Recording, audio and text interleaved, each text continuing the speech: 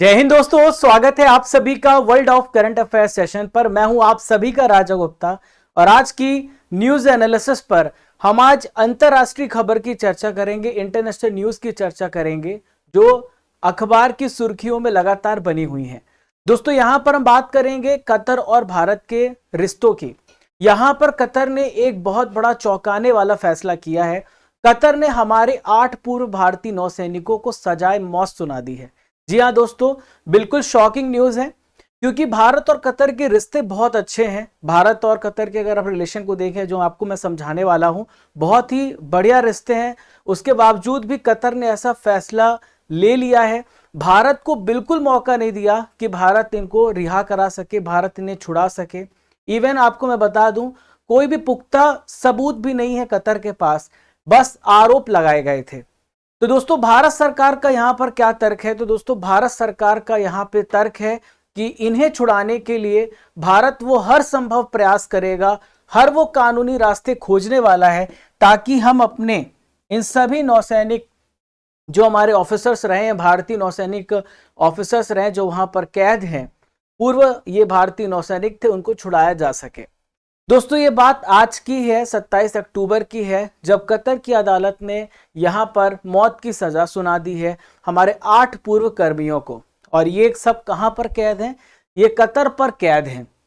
दोस्तों यहां पर भारत ने एक और रुख साफ साफ कहा है कि भारत वो हर संभव मदद करने वाला है, अपने राजनयिक परामर्श देगा।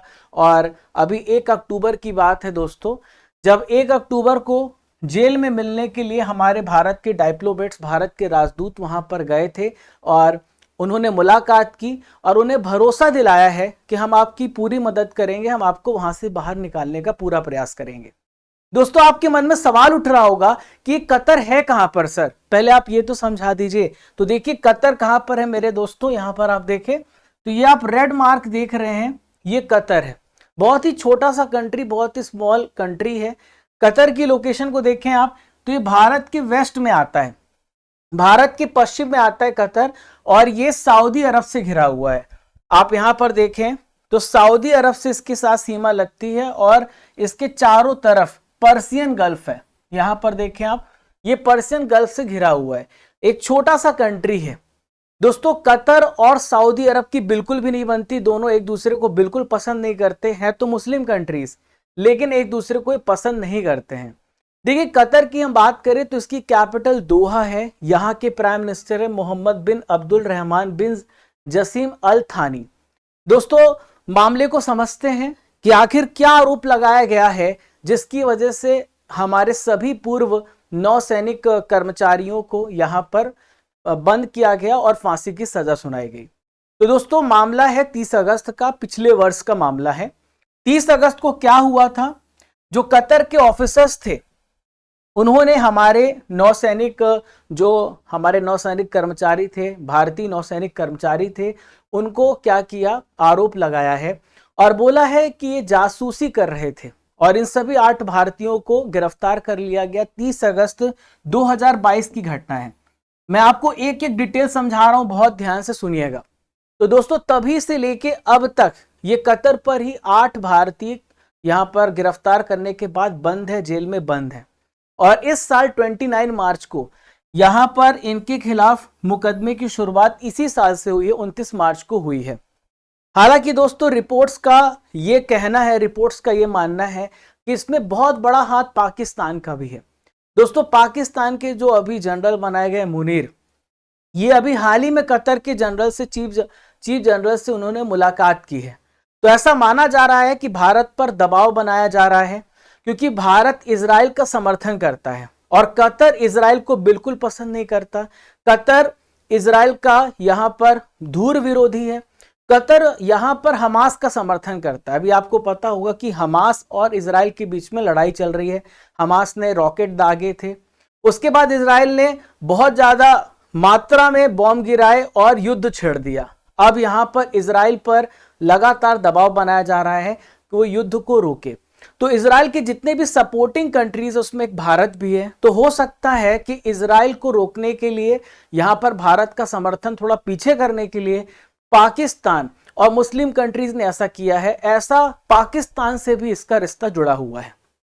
दोस्तों भारतीयों पर जो आरोप लगाए गए थे वो वापस से हम आते हैं तो ऐसा बताया गया है, मीडिया रिपोर्ट्स में बताया गया है कि हमारे जो भारतीय नौसेना वहां पर जो काम कर रहे थे, जो कर्मचारी काम कर रहे थे, वो इजराइल को कुछ गोपनीय सूचना पहुंचा रहे थे और देश की जासूसी कर रहे थे। इस वजह से उनको गिरफ्तार किया गया है, ये बात कही है यहां पर कतर ने। हालांकि कोई पुख्ता सबूत नहीं है, कोई फैक्ट नहीं है और ना ही भारत को कोई ऐसी जानकारी दी गई है कि इस वजह से हम इनको फांसी की सजा सुना रहे हैं। अब दोस्तों अब आइए समझते हैं, आपके मन में सवाल उठ रहा होगा कि आप कह रहे हैं सर कि जो हमारे पूर्व नौसैनिक थे वो वहां पर काम कर रहे थे, तो वो क्या काम कर रहे थे और कहां काम कर रहे थे? तो इसका उत्तर मैं आपको देता हूं। देखिए कतर में एक सिक्योरिटी कंपनी, इसका नाम है अल दहरा सिक्योरिटी कंपनी। देखिए पहले थी, अब इसका नाम चेंज हो गया है, पूरी हिस्ट्री में आपको समझा रहा हूं। ये अल दहरा सिक्योरिटी कंपनी है, यहां पर हमारे 8 भारतीय काम कर रहे थे। अब आपके मन में सवाल उठ रहा होगा सर ये क्या काम कर रहे थे? तो ये नौसैनिकों को ट्रेनिंग दे रहे थे। देखिए हमारे जो ये सभी पूर्व नौसैनिक थे, ऑफिसर्स थे, इनमें से कुछ ऑफिसर्स थे, कुछ कर्मचारी थे, तो ये वहां पर कतर गए थे, उन सभी को नौसैनिकों को ट्रेनिंग देने गए थे और लगभग 4 से 5 सालों तक ये यहां पर थे। तो अल दहरा सिक्योरिटी कंपनी के साथ ही काम कर रहे थे। और दोस्तों अगर आप इनका ट्रैक रिकॉर्ड देखें, जो हमारे भारतीय जिनको पकड़ा गया है, जिनके ऊपर आरोप लगाए गए हैं, अब तो उनको यहां पर फांसी की सजा सुनाई गई है, तो 20 साल तक भारतीय नौसेना में थे। अगर उनकी हिस्ट्री को देखा जाए तो किसी भी तरह का इनके ऊपर कोई भी आरोप नहीं लगा है और बहुत बड़े बड़े पद इन्होंने संभाले हैं, बहुत अच्छा काम किया है। इन 8 भारतीयों का मैं आपको नाम बता देता हूं। तो यह कैप्टन नवतेज सिंह गिल, कैप्टन सौरभ वशिष्ठ हैं, कमांडर पूर्णेंदु तिवारी, ये तो मैनेजिंग डायरेक्टर थे उस कंपनी में, कैप्टन वीरेंद्र कुमार वर्मा। तो ये 8 वो इंडियंस थे जिनके ऊपर आरोप लगाए गए और उनको फांसी की सजा सुनाई गई है। अब दोस्तों कंपनी का क्या हुआ जब इनको गिरफ्तार किया गया, यह भी मैं आपको समझाता हूं। तो जैसा कि मैंने आपको बताया, कंपनी का नाम था अल दहरा ग्लोबल टेक्नोलॉजीज। तो ये क्या करते थे, ये डिफेंस सर्विस प्रोवाइडर थे, यानी नौसैनिकों को ट्रेनिंग देते थे, साथ में साथ ये कंसल्टेंसी का भी काम करते थे। और इस कंपनी का जो ओनर था वो ओमान का एक नागरिक था, यानी वो कतर का नागरिक नहीं था, वो ओमान का मालिक था और इसका नाम है खामिस अल आजमी। अब दोस्तों आपको जान करके हैरानी होगी, और ये जो खामिस अल आजमी है ये रॉयल ओमान एयरफोर्स का रिटायर्ड स्क्वाड्रन लीडर था। ठीक है, जब इसको गिरफ्तार किया गया, इनके साथ साथ हमारे 8 भारतीयों को भी गिरफ्तार किया गया था। बाद में आपको जान करके हैरानी होगी कि खामिस अल आजमी को यहां पर रिहा कर दिया गया और नवंबर 2022 में रिहा किया गया। अगस्त 2022 में सभी को गिरफ्तार किया गया था, लेकिन हमारे भारतीयों को गिरफ्तार जब किया गया उसके बाद उन्हें रिहा नहीं किया गया। अब दोस्तों कंपनी की एक पुरानी वेबसाइट थी जो कि पहले थी, अब नहीं है, उसको भी पूरा बदल दिया गया है। तो इसमें पूरी गहरी साजिश दिख रही है, ऐसा कुछ ना कुछ तो यहां पर हुआ है जिसमें इन भारतीयों को फंसाने की कोशिश की जा रही है। तो जो कंपनी की पुरानी वेबसाइट थी वो कतरी अमीरी नेवल फोर्स, इसे QENF बोलते हैं, तो ये ट्रेनिंग, लॉजिस्टिक और मेंटेनेंस मुहैया कराती थी, जैसा कि मैंने आपको बताया है। लेकिन ये पुरानी वेबसाइट है ही नहीं, ये डिलीट हो चुकी है। अब नई वेबसाइट बना दी गई, कंपनी का नाम भी बदल दिया गया कि भैया हम तो सारे आरोपों से मुक्त हैं, हमें किसी भारतीयों से भी मतलब नहीं जो हमारे साथ काम कर रहे थे। तो दोस्तों ये चौंकाने वाली बात है। दोस्तों हम नई वेबसाइट का, नई कंपनी का नाम है दहरा ग्लोबल, ये नाम भी बदल दिया गया है। ठीक है, और इसने ये साफ साफ कहा है कि हमें QNF जिनके साथ ही काम कर रहे थे, जिनको ट्रेनिंग दे रहे थे, उनका इनसे कोई लेना देना नहीं है, उनका इनसे कोई मतलब नहीं है। ठीक है, तो दोस्तों यहां पर कंपनी के साथ इनका कोई रिश्ता नहीं है, वेबसाइट ने यहां पर नकार दिया है। इवन जो भारतीय काम कर रहे थे, हमारे वहां पर ट्रेनिंग दे रहे थे, उनको भी कहा है कि हमारे साथ वो काम नहीं कर रहे थे। और दोस्तों यहां पर सबसे इंपॉर्टेंट बात यह है, जो कमांडर पूर्णेंदु तिवारी थे वो मैनेजिंग डायरेक्टर थे, वहां पर वो मैनेजिंग डायरेक्टर के रूप में काम कर रहे थे। अब तो कंपनी का नाम ही बदल दिया गया, कंपनी को ही गायब कर दिया गया। दोस्तों पूर्णेंदु तिवारी कोई यहाँ पर छोटे व्यक्ति नहीं थे, इन्हें बहुत बड़ा अवार्ड भी मिला है। तो जो जेल में बंद कमांडर पूर्णेंदु हैं, इन्हें कतर में प्रवासी भारतीय सम्मान भी मिल चुका है। तो दोस्तों ये मैनेजिंग डायरेक्टर तो थे, आपको मैंने बताया। तो इन्हें यहां पर प्रवासी भारतीय सम्मान इसलिए मिला था क्योंकि भारत और कतर के बीच में जो रिलेशन है उसको मजबूत करने में 2019 में भारतीय सम्मान पुरस्कार से सम्मानित भी किए जा चुके हैं। देखिए, अगर बात करें तो आपको पूरा मामला तो समझ में आ गया, आखिर क्या वजह है, कौन कर रहा है, और भी बहुत सारी बातें निकल करके आएंगी जो आने वाले सेशन में मैं आपको समझाऊंगा। अब अगर कतर को देखें हम, तो कतर एक ऐसा कंट्री है जो टेररिज्म को फंडिंग प्रदान करता है, यानी आतंकवाद समर्थक रवैया के कारण ये बदनाम है। दोस्तों, इस्लामिक कंट्रीज, बहुत सारी ऐसे इस्लामिक कंट्रीज हैं जो टेरर को फंडिंग करती हैं, लेकिन उनका एक चेहरा होता है। देखिए, मुस्लिम में यानी इस्लाम में आप देखेंगे तो आपको शिया और सुन्नी दो प्रकार के मुस्लिम कम्युनिटी देखने को मिलेगी। बहुत सारी मुस्लिम कंट्रीज या तो शिया को सपोर्ट करती है या तो सुन्नी को सपोर्ट करती है, लेकिन एक ऐसा कंट्री है ये दोनों ही, चाहे आप शिया हैं चाहे आप सुन्नी वर्ग से बिलोंग करते हैं, दोनों को सपोर्ट करते हैं और आतंकवाद का समर्थन करता रहा है हमेशा कतर। कतर से अगर किसी संगठन को पैसा चाहिए तो बस उसे दो बातें बतानी पड़ेगी, या तो आप मुस्लिम हैं या तो आप टेररिज्म के कार्य में लिप्त हैं, तो आपका यहां पर वो समर्थन कर देगा। अभी देखिए, प्रेजेंट में जो बात है, मैंने आपको शुरू में ही बताया था कि इजराइल और कतर दोनों ही कट्टर दुश्मन हैं। एक और कारण हो सकता है जिसकी वजह से हमारे नौसैनिकों को यहां पर सजा सुनाई गई है। तो यहां पर कतर और इजराइल दोनों कट्टर दुश्मन हैं। इजराइल का समर्थन भारत करता है, बहुत सारे देश यहां पर इजराइल का समर्थन है, लेकिन पूरे मुस्लिम कंट्रीज एक तरफा यहां पर हमास का समर्थन करती है और कतर का समर्थन करती है।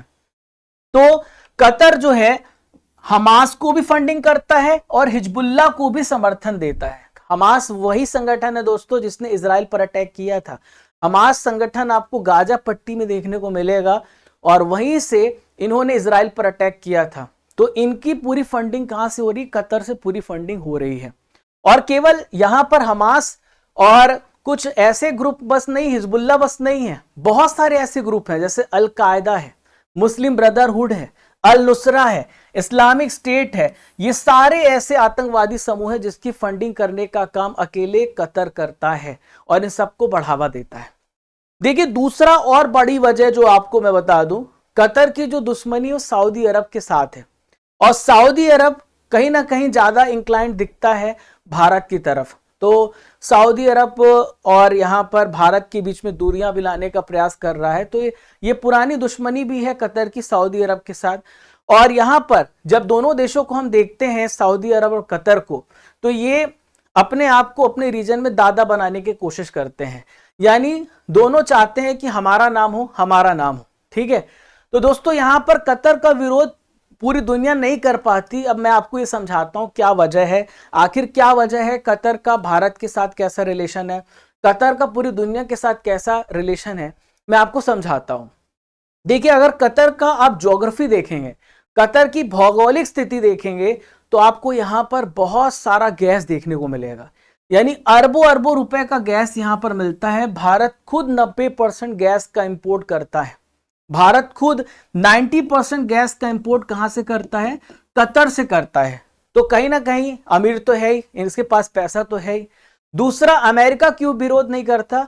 अमेरिका का एक इंपॉर्टेंट मिलिट्री बेस है और अगर कतर का संबंध खराब हुआ अमेरिका के साथ तो अमेरिका को कह देगा कि आप अपना मिलिट्री बेस हटा दीजिए।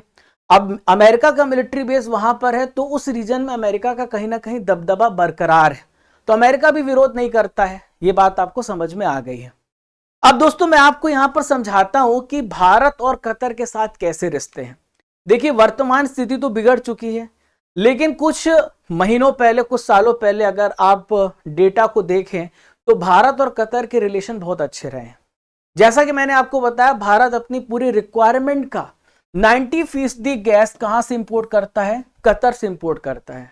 और कतर में हमारे बहुत ज्यादा मात्रा में, बहुत ज्यादा आबादी में वहां पर भारतीय रहते हैं। तो टोटल 25 लाख वहां की पॉपुलेशन है। अब आप सोचिए, 1/4 वहां पे भारतीय रहते हैं, मतलब 6.5 लाख भारतीय रहते हैं। अब भारत को इनसे क्या फायदा होगा? तो वो जो भारतीय हैं वो पैसे भेजते हैं भारत में, इससे विदेशी मुद्रा भारत में इकट्ठा होती है।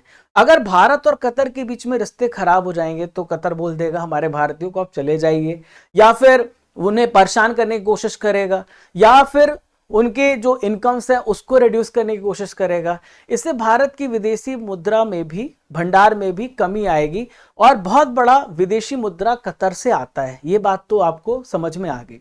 इसके अलावा दोस्तों भारत का दोहा में एक दूतावास भी है और कतर का दूतावास दिल्ली में है, मुंबई में एक यहाँ पर वाणिज्यिक दूतावास भी है। भारत और कतर के रिश्तों को टोटल हो गए 50 साल। भारत और कतर के रिश्ते को 50 साल हो गए हैं और 1973 से हमारा कतर के साथ रिश्ता चला आ रहा है। ठीक है, अभी 2015 की बात करें तो कतर के अमीर तमीम बिन हमद अल थानी यहां पर आए थे और भारत आए थे और दोनों देशों के बीच में बहुत सारे समझौते हुए हैं और लगभग 5 ऐसे समझौते हुए हैं जिस पर हस्ताक्षर किए गए हैं। दोनों एक दूसरे का समर्थन करते हैं और कैदियों की अदला बदली को लेकर भी समझौता किया गया है। ठीक है, इसके अलावा दोस्तों कतर के साथ हम एक युद्ध अभ्यास करते हैं, एक मिलिट्री एक्सरसाइज करते हैं, इसका नाम है अल बहर। हर साल होता है ये, तो ये दोनों देशों की नौसेना के बीच में होता है। और इसके अलावा दोस्तों बहुत सारी स्कूलें हमने खोली है कतर में और लगभग 30,000 से ज्यादा स्टूडेंट को सीबीएसई माध्यम से वहां पर शिक्षा दिया जा रहा है। कतर में दर्जन भर यहाँ पर हमने भारतीय स्कूलें खोली हैं और बहुत बहुत सारे स्टूडेंट हैं। अभी हालांकि कतर और भारत के बीच में थोड़ा तनाव कुछ सालों पहले भी देखने को मिला था। यहाँ पर आप देख रहे हैं ये है नूपुर शर्मा, ये भाजपा नेता है, इन्होंने बहुत अजीब बयान दिया था, बाद में इन्होंने माफी भी मांगी थी। मोहम्मद पैगंबर के खिलाफ इन्होंने बयान दे दिया था और सबसे पहला देश कतर ही था जिसने विरोध जताया था और इन्होंने कहा था कि उनको जो है अपने बयान वापस लेने चाहिए और फिर भाजपा ने इनके ऊपर एक्शन भी लिया था, नूपुर शर्मा को पार्टी से बाहर कर दिया था। दोस्तों इसके बाद हमारे वहां पर उपराष्ट्रपति गए थे, सम्मान उनका सम्मान होना था, डिनर आयोजित होना था, शायद इस वजह से उनका डिनर जो था अचानक से रद्द भी कर दिया गया। दोस्तों इसके अलावा बात करें तो बहुत सारे सामानों का आयात और निर्यात भी होता है। हम तो गैस यहाँ से इंपोर्ट करते हैं लेकिन बहुत ज्यादा चीजें हम एक्सपोर्ट भी करते हैं। तो भारत की तरफ से यहाँ से ज्वेल्स जाते हैं, मेटल्स जाते हैं, वेजिटेबल्स जाते हैं, क्लॉथ्स जाते हैं, बहुत ज्यादा ग्रेन्स अनाज जाते हैं और भारत और कतर के बीच में रेगुलर एक ट्रेड चलता आ रहा है और 1/4 आबादी जैसा कि मैंने आपको बताया कतर में रहती है। दोस्तों अब भारत यहां पर अपने ही लोगों के साथ अब घिर रहा है। यहां पर भारत के विपक्ष ने भी यहां पर केंद्र सरकार को घेर लिया है और विपक्ष ने बोला सरकार के खिलाफ और बोला सरकार की नाकामी है कि बात 2022 की है। तो अब तक भारत सरकार क्या सो रही थी? 1 साल हो गए, कोई भी एक्शन लिया नहीं गया। तो कांग्रेस नेता जयराम रमेश ने सीधे यहां पर बोला है और घेराव किया है केंद्र सरकार का, क्या आप सो रहे थे? 1 साल हो गए इस मामले को, आपने इसको लेकर के कोई एक्शन क्यों नहीं लिया?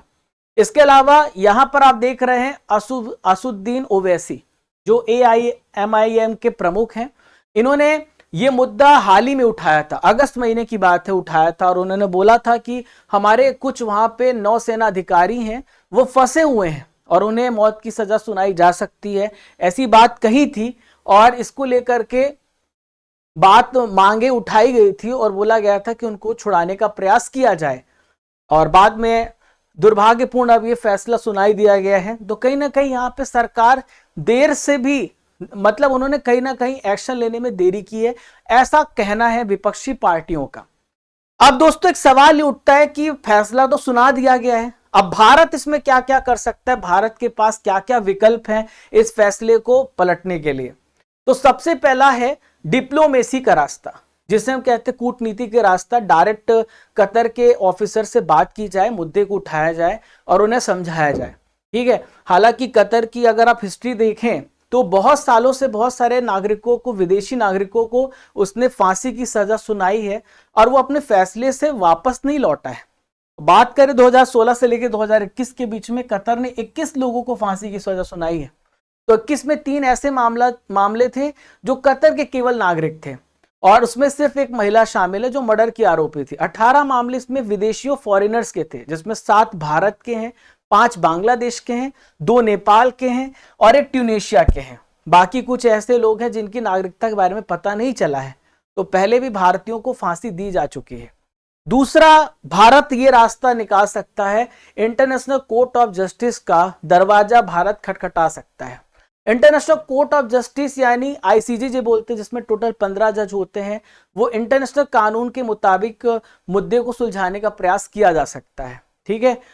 और दोस्तों, यहां पर आपने पूरे सेशन को अच्छे से समझा है। आपको क्या लगता है कि भारत को यहां पर और क्या एक्शन लेना चाहिए? क्या कतर इस फैसले को पलट सकता है? आप अपनी राय कमेंट बॉक्स पे दीजिएगा। और सेशन कैसा लगा कमेंट बॉक्स में बताइएगा। मैंने पूरा प्रयास किया है कि आपको पूरा जो इशू है समझ में आए। एक क्वेश्चन का आंसर भी आपको देना है कमेंट बॉक्स पर। दोहा किस देश की कैपिटल है, आपको बताना है कमेंट बॉक्स पर। इसके अलावा दोस्तों, आपको पहचानना है ये इमेज किस की है, और हाल ही में अभी इनॉग्रेशन हुआ एक खेल का, जिसे आपको बताना है कमेंट बॉक्स पर, उसका उत्तर आपको देना है। दोस्तों, सितंबर महीने की हमने ई मैगजीन लॉन्च की है, हमारे स्टडी कर एप्लीकेशन पर उपलब्ध है। इसके कुछ सैंपल डेमो यहां पर मैंने लगाए हुए हैं ताकि आप समझ सके, ताकि आप देख सकें। और यहां पर स्टडी कर एप्लीकेशन को डाउनलोड करने के बाद आप ई बुक्स से इसे डाउनलोड कर सकते हैं। इसके अलावा टेस्ट सीरीज में आप डेली टेस्ट पे पार्टिसिपेट कर सकते हैं। आपको टॉपिक पहले बता दिया जाएगा। हमारे टेलीग्राम चैनल को ज्वाइन करना है, जहां पर आपको टॉपिक पता चलता रहेगा। राजा गुप्ता करंट अफेयर्स, राजा गुप्ता सर ऑफिशियल हमारा ऑफिशियल चैनल, जहां से आप हमें ज्वाइन कर सकते हैं। इसका लिंक आपको डिस्क्रिप्शन बॉक्स में दिया गया है और कमेंट बॉक्स पे पिन किया गया है। दोस्तों, ऐसे इंपॉर्टेंट इश्यूज के लिए, बर्निंग इश्यूज के लिए आप हमें सब्सक्राइब कर सकते हैं। लाइक बटन दबाइए अगर आपको सेशन अच्छा लगा हो, और शेयर करिए अपने सभी दोस्तों को, ताकि उनको इंडिया और कतर के रिलेशन के बारे में पता चले। Thank you friends. जय हिंद, जय भारत। जब तक तोड़ेंगे नहीं तब तक छोड़ेंगे नहीं। खुश रहिए, मुस्कुराते रहिए।